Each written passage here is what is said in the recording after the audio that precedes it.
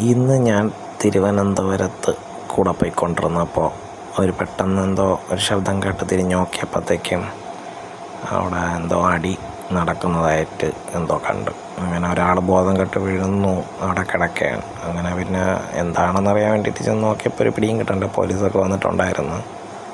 ആരത്ത് ചോദിച്ചാലും കഥ ആർക്കും പറഞ്ഞൂടാ. പക്ഷെ പോലീസിൻ്റെ അടുത്ത് ഒരാളെന്തോ ഭയങ്കരമായിട്ട് സംസാരിച്ച് എന്തോ വീഡിയോ ഒക്കെ കാണിച്ചു കൊടുത്ത് കാര്യങ്ങളൊക്കെ പറഞ്ഞുകൊണ്ടിരിക്കുകയാണ്.